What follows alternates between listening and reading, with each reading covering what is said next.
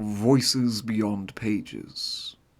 This is the Night Lords Omnibus by Adaddon.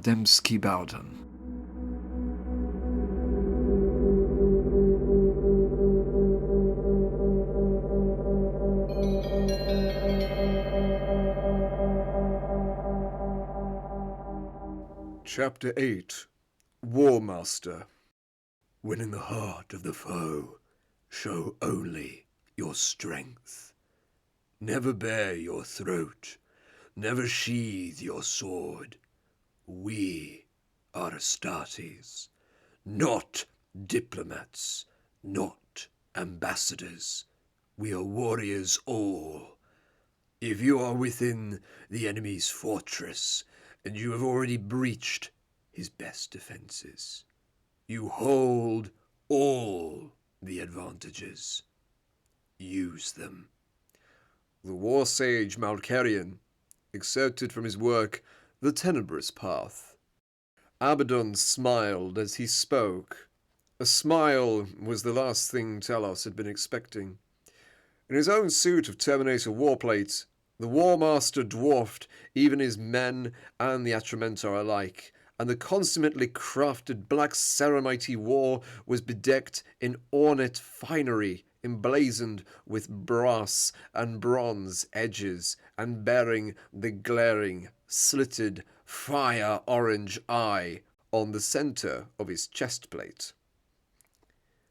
A cloak of grey-white fur, the hide of some huge wolf beast, was draped across his massive shoulders.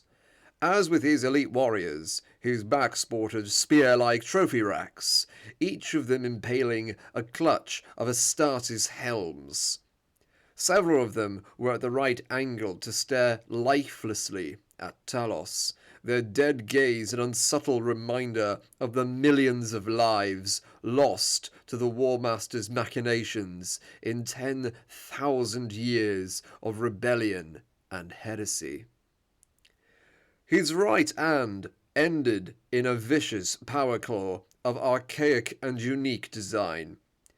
The bladed talons, as long as an Astartes arm, curved and glinted in the half-light of the flickering wall lamps. Horus, favoured son of the Emperor, had worn that very gauntlet in the Great Crusade and the heresy that followed. He had used it to slay the angel Sanguinius and wound the Emperor unto the edge of death. Now, that dread weapon graced the fist of his gene-son, the leader of his fallen legion. That weapon alone almost brought about the urge to kneel, to show respect to the one who carried the blades of ultimate heresy. But it was the Warmaster's face that drew Talos' attention above all else. Abaddon would never be considered handsome, and the regal lethality emanating from him was nothing a human could project. His face was lined and scarred from centuries of battle, the marks across his pale skin speaking of 1,000 battles on 1,000 worlds. His head was shaven, but for a top knot of his blue-black hair.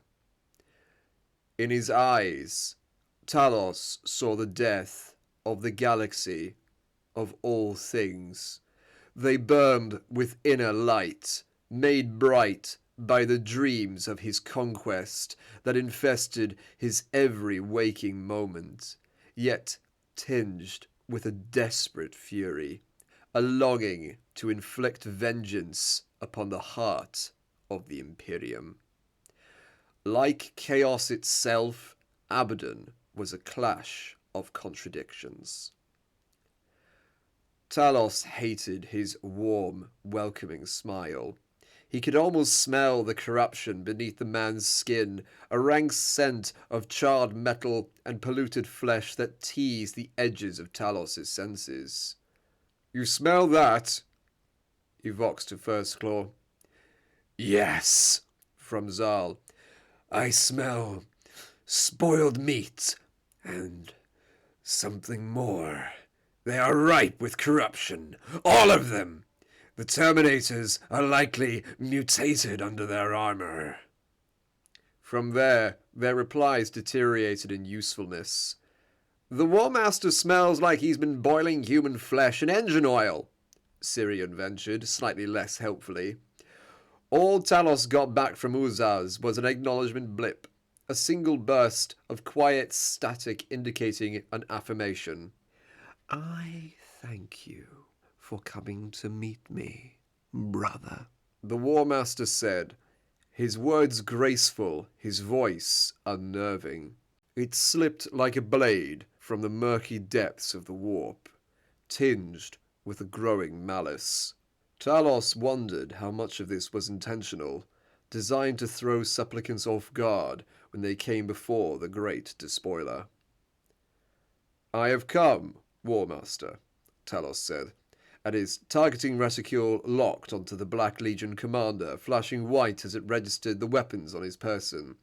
The talon of Horus, the stormbolter attached to the great lightning claw, the blade at the Warmaster's hip. Threat. A Nostraman warning rune flickered across his retinal display. Talos did not dismiss it from view. And you do not kneel, Abaddon said, not quite letting the words become a question. I kneel only before my Primarch, Warmaster.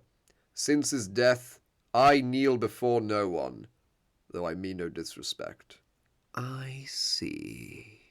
Talos's attention was drawn to the talon of Horus for a moment, as the Warmaster gestured with the scythe-like claws to the door. My brothers and honoured Night Lord guests, leave us. The Prophet and I have much to discuss.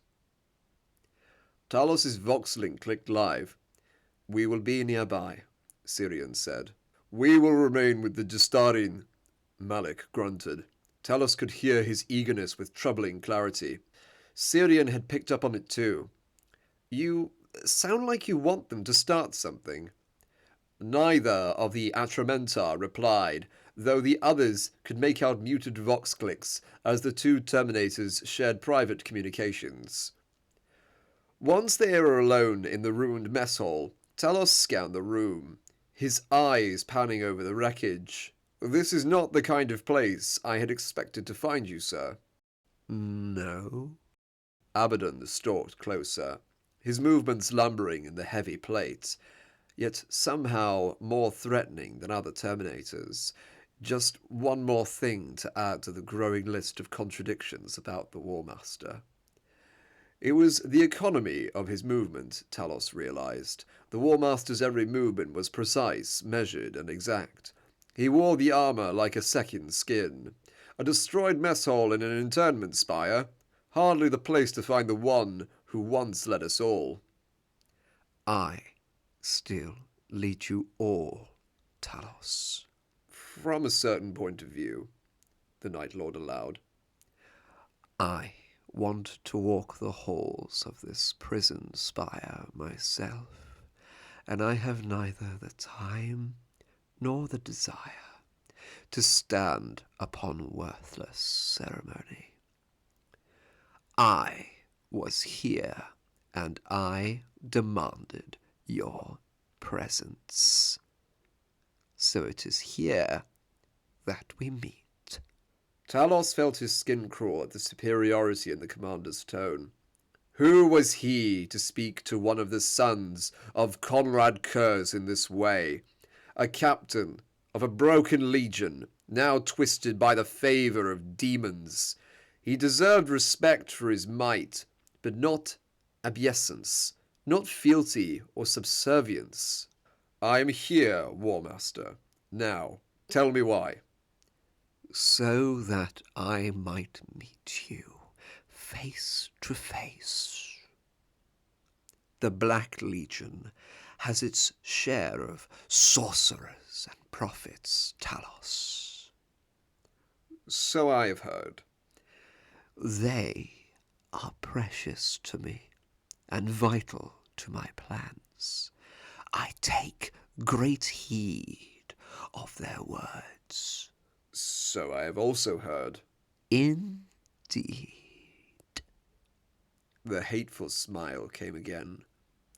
I wonder to myself, where do you fit in? Are you content with the existence your legion offers you?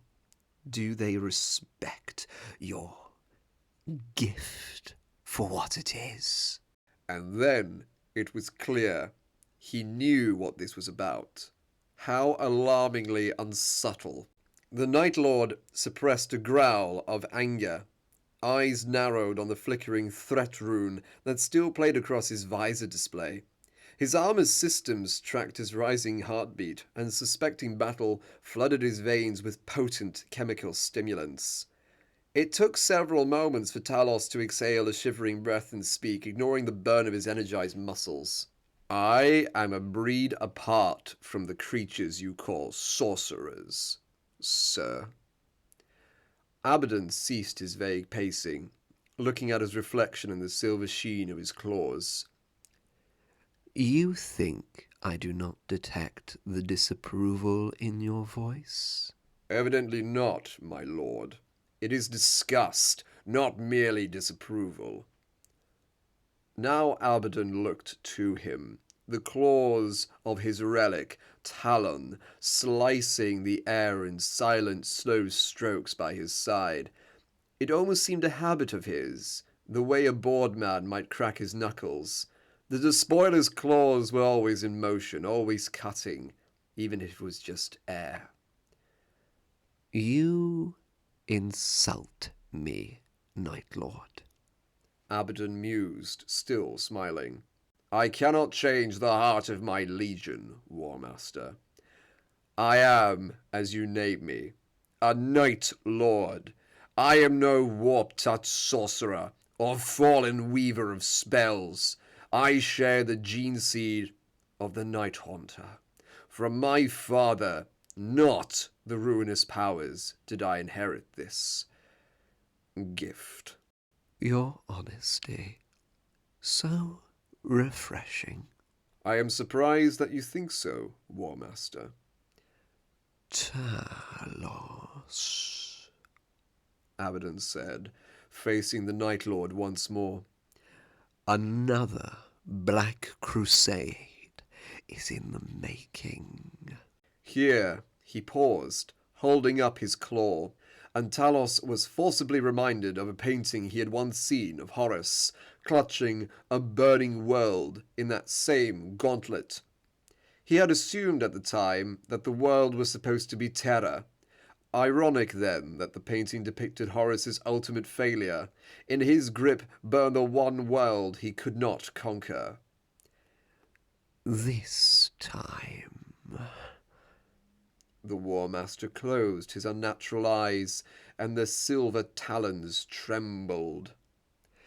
this time, the fortress worlds around the Cadian Gate will burn until their surface is nothing but an ashen memory. This time, Cadia itself will die.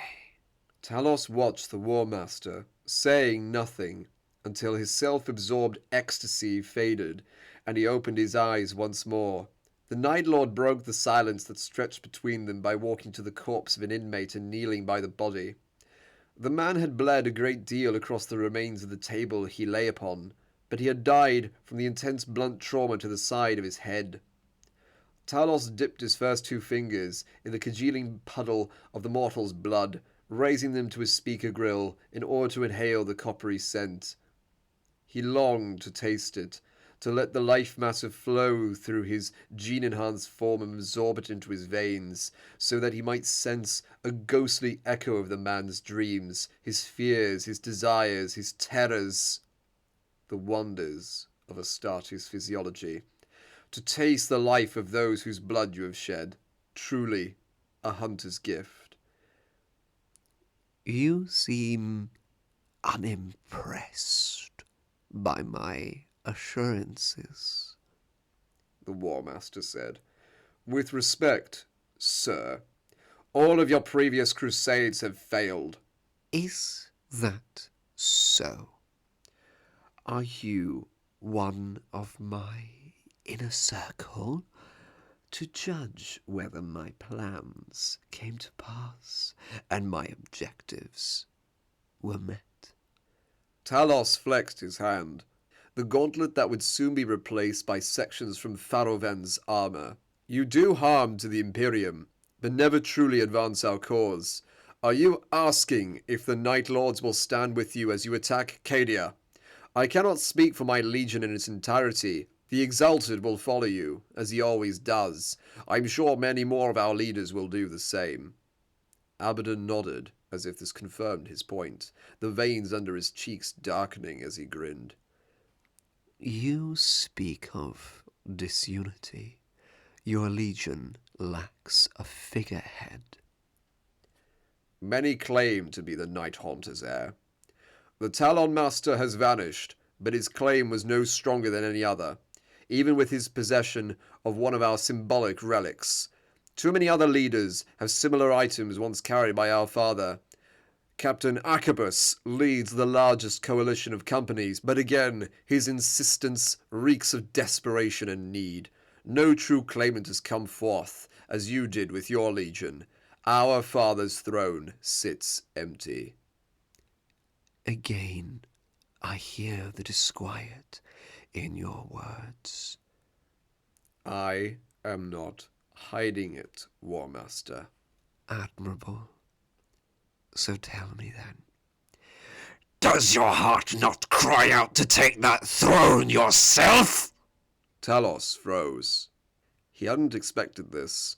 He'd suspected the Warmaster would seek to use his curse in some way, perhaps even drawing him into the ranks of the Black Legion as a pet advisor. But this was new, and he suspected it was a bluff designed to throw his thoughts into disparity. No, he replied. You hesitated. You asked a difficult question. Abaddon walked closer to Talos, his boots crushing debris beneath each thundering tread. The helms and human skulls impaled upon the trophy racks rattled together, birthing a clacking melody like some barbarous musical instrument. Threat, the rune flickered, and the Night Lord looked through his red vision at the Warmaster no more than 10 meters distant. He couldn't help but compare him to the original bearer of the title. Horus, beloved son of the Emperor, Lord of the 18 Legions. Talos had only seen the first Warmaster once, but it was a moment of devastating potency in the storm of his memory. I saw the first Warmaster once, he voiced aloud without meaning to. Abaddon chuckled, a series of throaty, predatory grins. Where? Daromar. We fought alongside the Lunar Wolves in the capital city. The Lunar Wolves. Abaddon openly sneered at the use of his legion's first name, before they'd become the sons of Horus in honor of their Primarch, and long before they'd become the Black Legion, in order to expunge the shame of their father's failure. Days of blindness and war, based upon the darkest of lies. True, but they were days of unity, Talos said, recalling the majesty of Horus at the head of his legion, his armor of grey-white polished to a finish of ivory and pearl. He was human, but more. Astartes, but more. Contained within the first Primarch was all that was great and glorious within humanity, distilled to perfection by the flesh-smiths and gene-weavers of the Emperor's hidden fortress laboratories. To stand within his sight was to bathe in light, to be flooded by inspiration more vital and real than the stinging chemicals pumping through Astartes' blood. In his eye-aching brilliance, Horus drew everything to him. Merely by taking the field, he ensured he was the fulcrum upon which everything spun. He became the heart of the battle, a maelstrom of slaughter, untouched by the mud and blood of the battlefield, even as he reaped the lives of the foe. And Talos had barely seen him. He'd formed his opinion of the living god from the other side of a cityscape battleground, seeing little more than the juddering images allowed by his helm-zoomed vision as he sought to assess the Lunar Wolves' front lines. It had been like glancing at a moving painting of an ancient hero. He looked at Abaddon. How times change. "What do you recall of the Warmaster Horus?" Abaddon asked. My eyes hurt in his presence, even from a distance, Talos said. I am Nostramo born, he added, knowing that would explain everything. You Night Lords, so literal. The thought seemed to entertain him, which struck Talos as petty beyond belief. Clarity came upon him in that moment. Abaddon was an avatar for what the traitor legions had become. Talos watched him now, knowing neither of them were the equals of their Primarch progenitors. None of the legions could make that claim. They were all mere shadows of their fathers, and their fathers had failed. The thought was a humbling one, and the weak claws of melancholy reached for his conscious mind again. These encroaching thoughts he dismissed with a scowl, refocusing his attention by acquiring target locks on the weakest points of Abaddon's armor plating. Precious few existed, but he felt his armor's machine spirit responding, awakening again, teased back into anger. It helped him focus. You have still not stated your reasons for summoning me, Warmaster. I will be blunt then. After all, we have a crusade to forge in the coming days. Tell me, Prophet, have you seen anything of the Kryth War in your recent visions? No, lied Talos immediately. No, the Warmaster narrowed his eyes. Just no. How very declarative. I have seen nothing that will help you plan, nothing that will bring you new information or aid in any way. But you have seen something. Nothing you have any right to know. The claws chimed quietly as they clanged together, Abaddon closing and opening his gauntlet just once. I am not famous for my patience, he said slowly, his voice ripe with threat. But it is enough that my suspicions are confirmed. You are a seer, and you have seen what will come. You seem to care a great deal about my visions. I thought you had sorcerers of your own. A streak of amused pride coloured his words. Abaddon didn't seem to notice or to care if he did.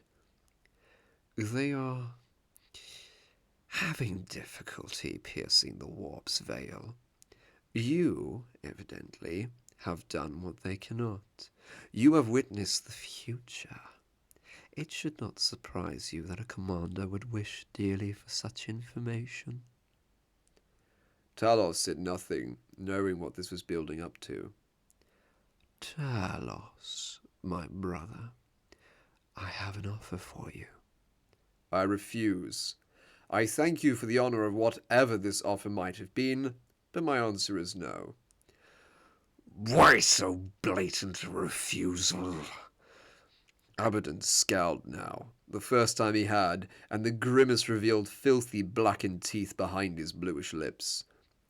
If you are offering me the chance to lead the 8th Legion, I refuse, because it is an impossible task, and not one within your power to grant. If you are asking me to leave my legion, I refuse, because I have no intention in doing so.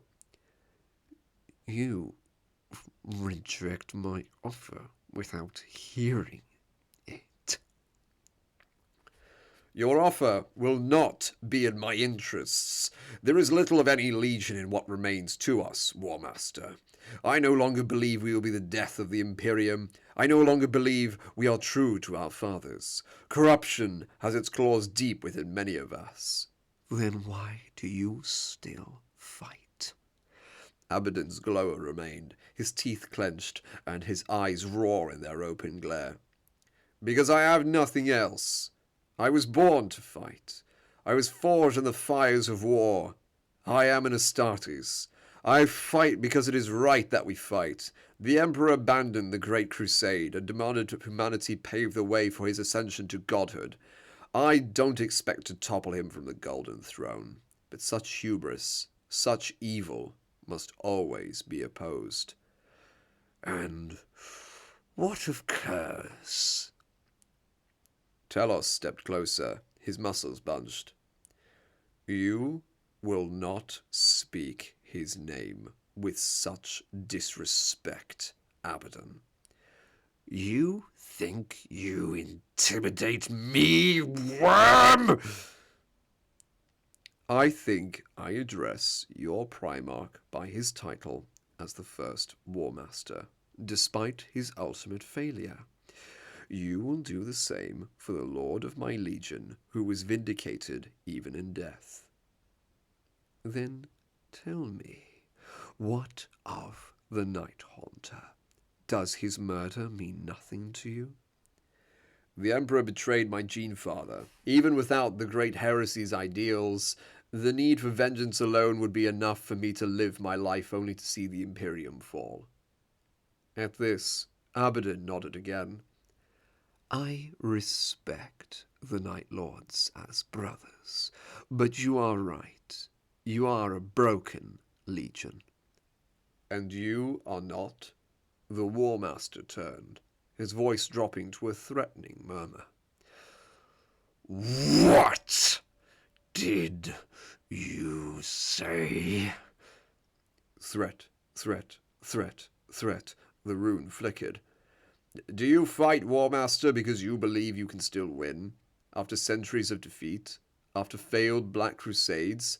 After the infighting and war has bled your legion dry and draped you in ignominy among the other legions? Is it not true your men are slaves to demons to make up for the great losses you have sustained since the death of your Primarch? You leech strength from other sources because your own legion's might is almost gone. Silence answered this proclamation. Talos broke it again. This meeting is a feeble facet of that. You wonder about how my power will benefit your failing armies. Abaddon might have laughed. It would have been the act of a great leader to laugh, to humour a lesser warrior, to bring him around to his own way of thinking through persuasion and empathy, even were it all false.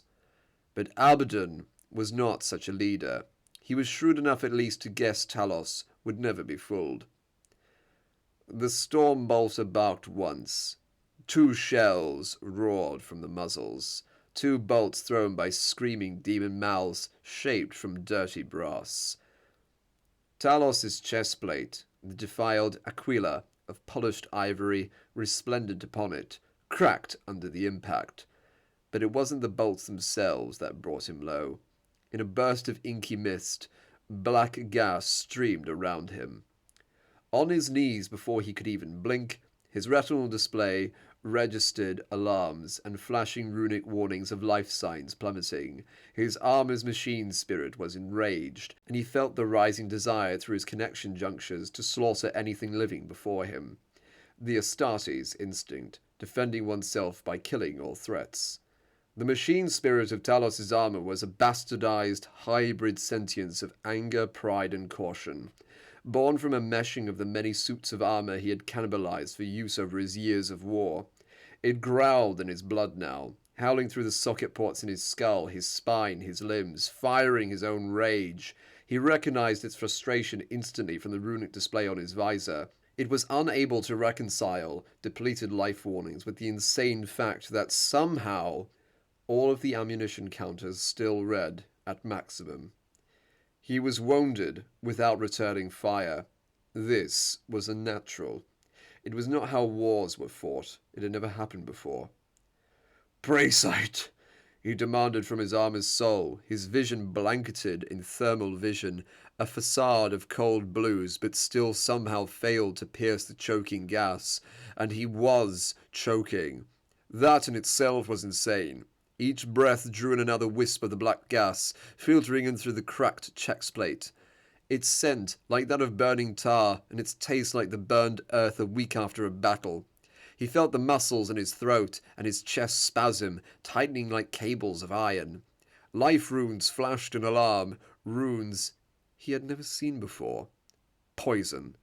He was actually being poisoned. "Abaddon!" he roared, immediately horrified at the breathy whisper of his voice. "You will die for this!" It was when he heard the answering laugh that Talos drew Aurum. It took him an indeterminate number of heartbeats to realize the blade had fallen from his nerveless grasp to clatter on the wreckage covering the ground. All he tasted was blood and charred soil. All he felt was the cold, cold pain of his lungs going into spasming shocklock. "I have an offer for you, prophet." The Warmaster's voice came from somewhere he could not see. He could barely raise his head. He hadn't even managed to look at the split aquila on his chest and assess the damage to his armor. The draining charts and numbers filtered across his vision told him all he needed to know about his condition. Poisoned. How was that even possible? The gas. Demon mist. Kill him before you die. The thought rose unbidden from the depths of his mind, and for a moment the unfamiliar sense of it left him cold. It was closer to a thought than a voice, an urge rather than an order, and in that doubt lay the answer. This close to death, the machine spirit of his warplate pushed easily into his fading mind. It was an invasion of unpleasant pressure, so much colder and more focused than the primal emotions and survival instincts usually massaged against his conscious thoughts. Those were easily ignored, tamed with a moment's concentration. This was a lance of ice to the brain, strong enough to twitch his limbs in a dying attempt at obeying the words. "And," the Warmaster continued, "if you will not hear this offer from me, you will hear it from my allies." That was a bolter. As soon as he'd said the word, Syrian raised his own bolt gun and levelled it at the bullish helm of Falcus. That, he said again in a lower voice, was a bolter. Tell me I'm wrong. He had the audio readout displays of his helm at the edge of his vision to assure him that he was absolutely correct, but he was caught off guard and needed to buy time. The Night Lords and Black Legion squared off in the central aisle, surrounded by 100 and more kneeling prisoners. "Abaddon," they had been chanting. "Abaddon, Abaddon, Abaddon," with all the conviction and reverence of a religious rite, but they'd stop the moment the Night Lords raised their weapons. "Storm bolter," corrected Uzaz, and they all heard the smile in his voice. "Not a bolter, 2 barrels. Talos is dead. Life rune is unstable." It was true. A single bark of a bolt weapon in the distant mess hall, and the life rune had started flickering on the edge of their retinal displays. As the standoff stretched out, the Black Legion Terminators remained impassive. Easy for them, Syrian thought, backed up by over 100 fanatics. "Talos," he voxed. Nothing. He switched channels with a blink at the right rune. "Septimus." Again, nothing. He blinked at a third rune. "Covenant. This is First Claw." Silence. "We're being jammed," he voxed to the squad. "Night Lords," Falcus of the Black Legion murmured. "There has been a regrettable incident with your Thunderhawk. Come, we will provide alternative transportation back to your ship." "Fight them! Kill them all!" Vzal voxed. "Blood! Skulls! Souls!" Uzaz sounded like he was drooling again. "We must fight!" "Keep your damn heads, you fools." This from Adaddon, Hammer of the Exalted. "Even we would be overwhelmed in this place." "Aye," Syria nodded. "We find answers first, then take whatever vengeance is deserved." "Fight!" stressed Zal. The ignominy of being marched out of here was clearly too much for him. "We cannot leave Talos here." "The Legion stand on the precipice of battle with what happens in this moment," Adaddon's gruff voice cut into Zal's threatening raving. "And they outnumber us in orbit, as well as on the surface. Bide your time and strike when the prey is weakest. You are a coward, Adaddon, Zal snarled. and you will answer for that slur, the Hammer of the Exalted replied. But lower your bolter, this is not a fight we can win. The Night Lords lowered their weapons and allowed themselves to be escorted from the hall. Jeers and laughter followed them as the prisoners rose to their feet. Several hurled bottles or fired stolen shotguns into the air, triggering alert runes across the Night Lord's vision. Every single one of these wretches will bleed for this, Zal promised. Affirmation blips came back from every member of the squad. A bottle struck Uzaz on the side of the helm, and the others heard him laughing. What the hell is so funny? Zal snapped. They played us for fools. Uzaz was grinning. Killed Talos, killed Thunderhawk crew, captured our gunship. Clever moves. Is it wrong to be impressed that they outplayed us so easily? Shut your mouth, Zal said. They did not kill Talos! His life rune's still alive. Same difference. He's theirs now. Good riddance. Syrian ignored their bickering, surrounded as they were by kneeling mortals. His secret sense was afire with sensation. Every one of these humans was afraid beneath their masks of worship. Their fears bled into his consciousness in trickling spurts of conflicting voices.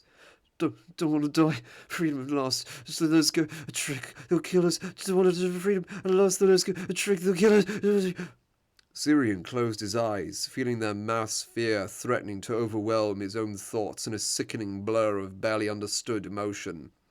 As a child, he had fallen into the sump lake in the depths of Joria Hive's underhive foundations.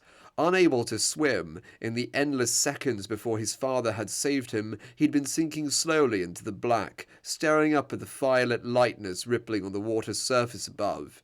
Being around too many humans always reminded him of that one moment when he'd felt himself fading, swallowed whole, and forgotten by some vast, extraneous, remorseless force. He had known he was dying, staring up at the dimming half-light above, feeling everything within his mind slipping from his grasp. He knew the same now. The feeling was the same, coming with the familiar cold, dull realization of inevitability. It was just taking much longer to happen. Syrian's vision focused as he concentrated on the voices in his vox instead of the whispers within his head. He switched to helm speakers again, letting some of his anger bleed into his tone. You, son of Horus! One of the Black Legion Terminators turned, still lumbering forwards. Night Lord. What, exactly, has occurred to our Thunderhawk? An event of the most terrible misfortune, he said, and Syrian picked up the muted vox clicks as the Black Legionnaires laughed over their internal squad channel. As a courtesy, we will return you to orbit with one of our own transports, Falcus said.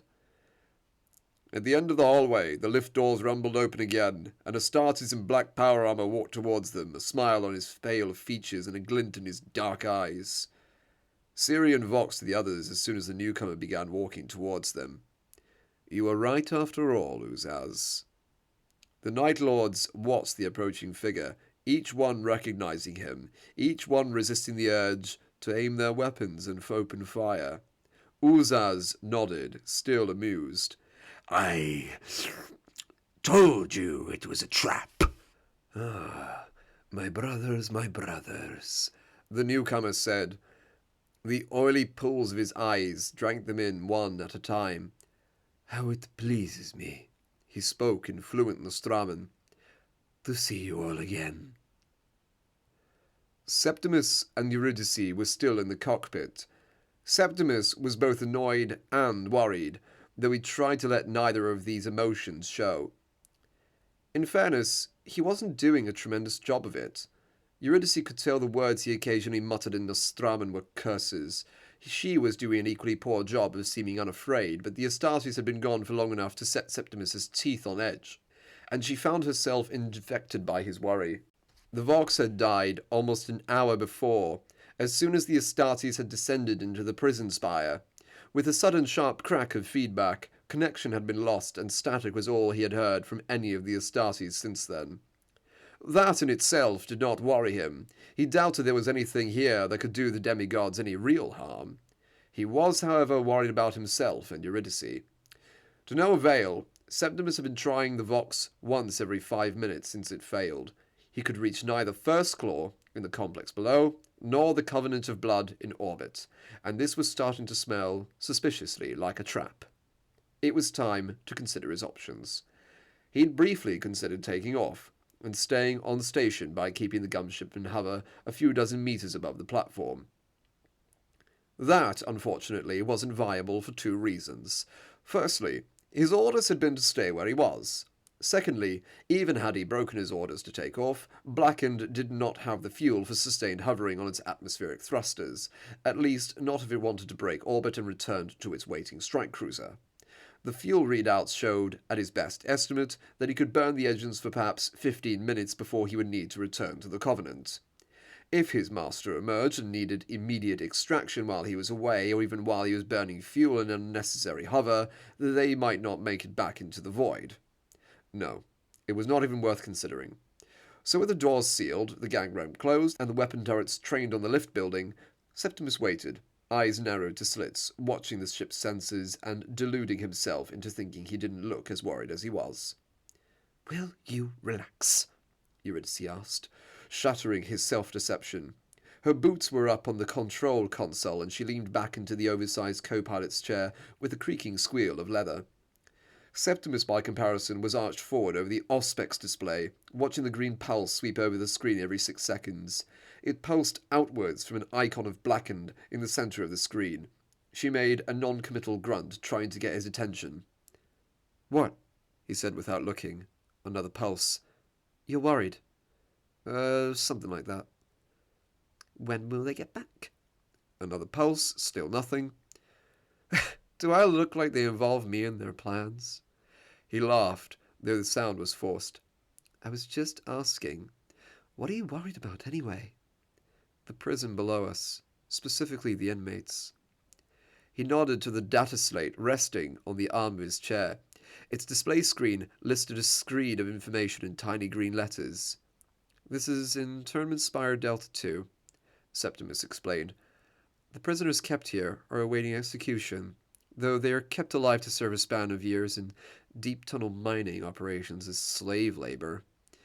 These aren't recidivists or minor criminals. They're murderers. They're rapists. They're heretics." "But the doors are sealed." An edge of hesitancy crept into her voice now, just a thin suggestion of doubt. "No door is invulnerable. The flank bulkheads would stop anything I can imagine, but the main gang ramp works through regular hydraulics. It's sealed and locked, but... Look, I'm not worried, just being prepared." "Prepared for what exactly?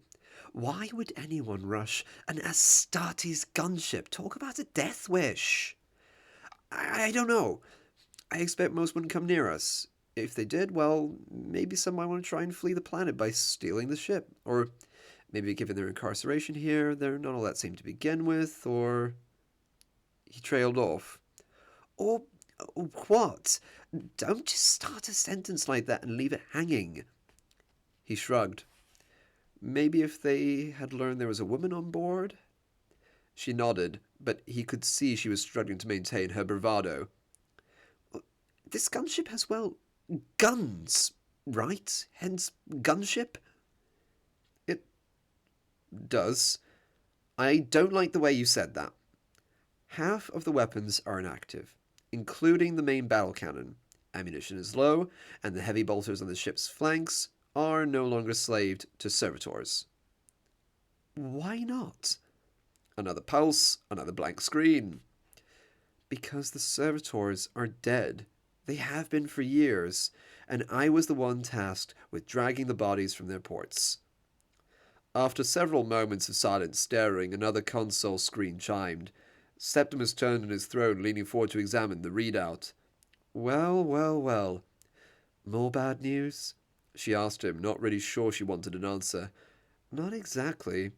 Another ship just took off. And not one of the bulklanders down there on the plains. The ship was a Thunderhawk-class vessel. Black Legion identification signals. Meaning? The Auspex chimed because it registered First Claw on board the ship as it headed into orbit. What? They left us here? Septimus was still watching the screen. Not all of them. No signal from Talos. He's still in the prison complex. He was not a man who enjoyed these kinds of mysteries. Septimus turned from the screen to hit a few console keys. Doors secured. A flashing icon on the console read. It was the third time he had checked the doors in the past hour. As Eurydice drew breath to ask another question, the Auspex chimed again. There was nothing foreboding in the sound. It was almost melodic. "Damn it!" said Septimus, rising from his throne. Eurydice sat up. The Auspex was singing now, tinny chime after tinny chime. Are we in trouble?" she asked. Septimus was staring out of the forward window at the open elevator doors and what came spilling out of them. "Oh, absolutely," he said, drawing both of his pistols. "Then give me one of those," she said as she stood, following his gaze. "Take them both," he said, handing them to her before leaning over the control console. "And don't think about shooting me." She gave him a withering look that he never saw. Septimus hit a long sequence of console keys, his fingers a blur. "What are you doing?" she asked. "This," he said, and the gunship's functioning heavy bolter turrets lit up, with fire as they unleashed their rage. Gerald Maddox couldn't believe his luck. Freedom. Freedom! Freedom after 8 years in this damn hellhole. 8 years of eating the cold, bitter grey paste that passed as food, morning, afternoon, and night. 8 years of 14-hour shifts under the earth of this accursed rock, digging and digging and digging in the vain hope of striking a handful of ore. 8 years of backache, blurred vision, gums burning from infection, and pissing blood after every beating from the guards. Yeah, well, payback had come sure enough. He clutched the shotgun to his chest, racking the slide just to enjoy the feeling. Clink-chunk. Oh, hell yes. This was something else. He'd taken the weapon from Lafian, but that was all good because Lafian had been one of the worst guards in our sector. Our sector, Omega-level transgressions only, was home no longer for Maddox, and the fact that he could still feel Lafian's blood on his face was just that little extra touch of victory. That was payback, too. Payback for the time Lafian had smacked Jesper around so bad the poor fool's eye had popped out from his broken head. Maddox grinned, the stench of his teeth making his own eyes water. Lafian hadn't looked so cocksure with his chest blown open and his leg hacked off at the knee. He had screamed about his kids, too. Yeah, like that would make a difference. Maddox's grin became a snigger. "Shut your mouth, Blackjaw," someone next to him said. Maddox swallowed, pressing his lips together. In the close confines of the lift car, which was uncomfortable fit for almost 50 of them, several of the men curled their lips or swore at him in grunting monotone. "Sorry," he mumbled, but that just got them complaining again. It wasn't his fault. His gums were infected, his teeth were black and loose in his jaws, the few that remained anyway. Wasn't like they had access to a doctor in our sector, was it? And they smelled just as bad anyway, 50 of them all sweating and bloody in their white overalls. "You stink too," he muttered. Bodies started to move, to turn in his general direction. Maddox lowered his head a little, avoiding all eye contact as the man ahead turned around. "What's that, Blackjaw?" It was Indriga, a solid 2 meters of tattooed muscle and knife scars. He'd been stuck in our sector for killing and eating some poor habwife. Nothing, Indriga." "Damn right, nothing. Now shut your mouth before we all throw up." He kept his head down, doing his best not to smile. He couldn't help it, though. He kept seeing Lafian howling and thrashing around with no leg, and the trembling smile became a blurted cough of a snigger. A droplet of warm, thick saliva plomped onto the stock of his stolen shotgun. Lafian's gun. He laughed again. The men around him turned away, swearing. He likely would have died then and there, had the lift not ground to a halt and the doors opened. The thin, ash-tasting air floated in to meet them as the prisoners looked on to the landing platform.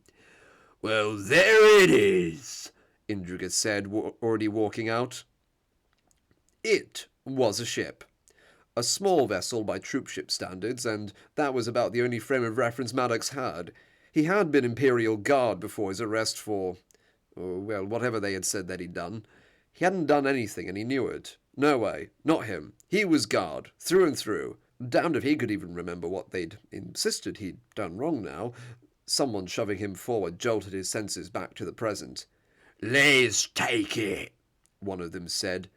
It was vaguely hawkish, with downswept wings, and it was dark blue, like the colour of the deepest oceans. The thought of that made Maddox's stomach quiver and bunch. He hated the sea.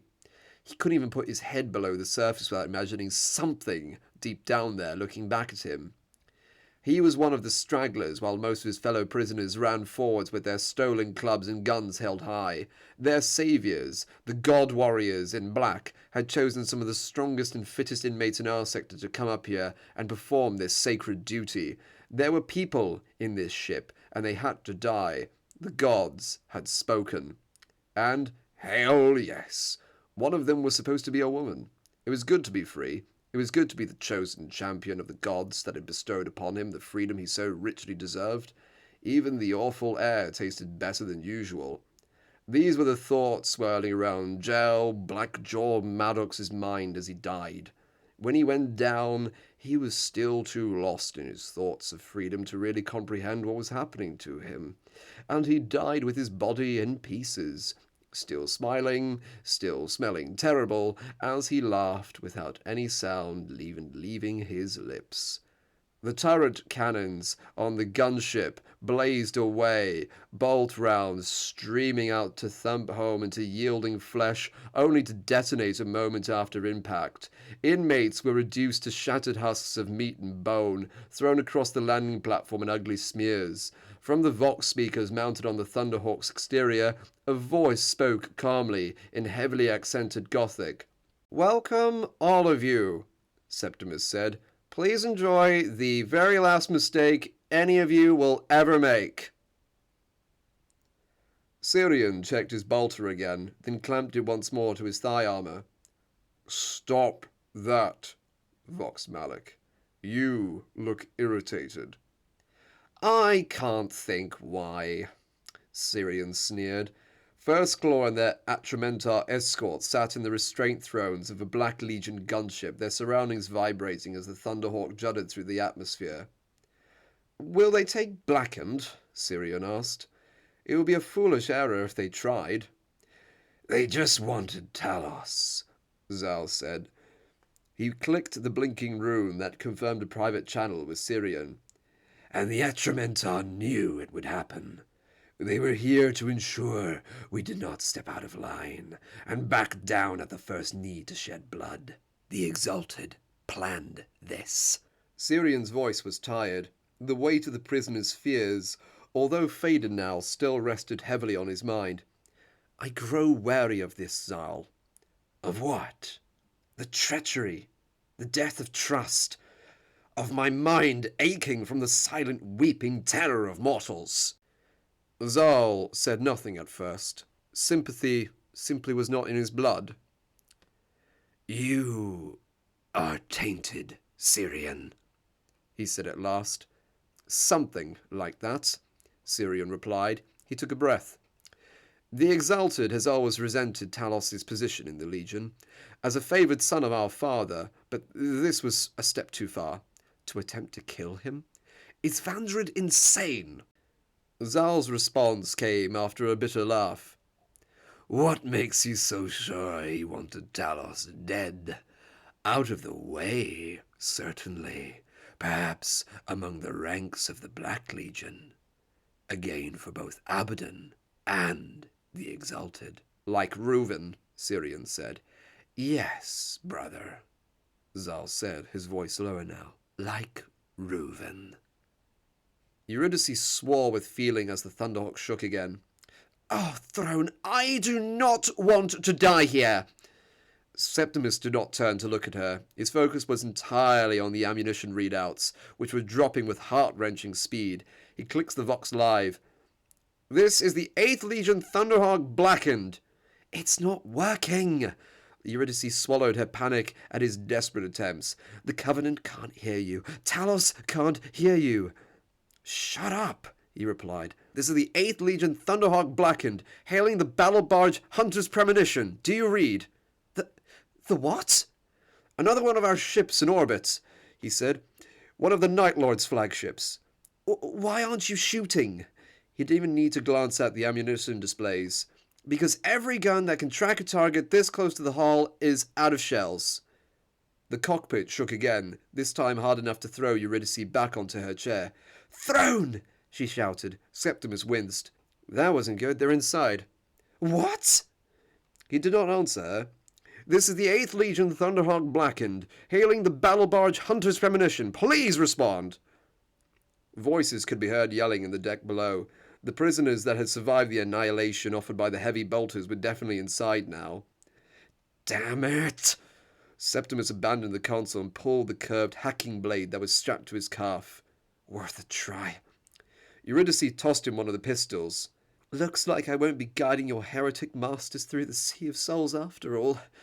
She smiled a nasty little grin somewhere between bitterness, terror, and triumph. Septimus raised his pistol at the closed cockpit door. We'll see about that."